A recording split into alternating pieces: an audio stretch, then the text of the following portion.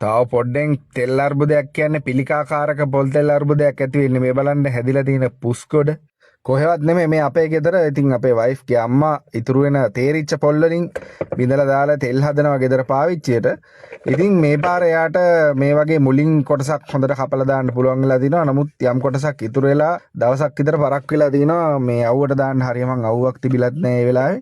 ඉතින් මේ හොඳට තියෙන එක සාමාන්‍ය මොයිස්චර් කන්ටෙන්ට් එක 106යි 8යි අතර වගේ තිබ්බේ නැත්නම් පුස් හැදෙනවා.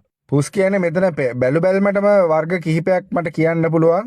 ඇස්පෙජිලස් ෆ්ලේවර්ස් ඔය කොළ පාට කහ පාට වගේ තියෙන එක. ඊට පස්සේ පෙනිසිලින් තියෙනවා නිකන් නිල් පාටට හුරු කොළ පාටක් වගේ තියෙනවා. අර පුළුන් වගේ තියලා තියෙන එකත් අපි කියනවා රයිසොපොස් කියලා පුස් జాතියක්. මේවා හොදලා දාලා මේ විසයවන්න පුළුවන් කියලා සමහරව හිතන් ඉන්නවා. එහෙම බෑ.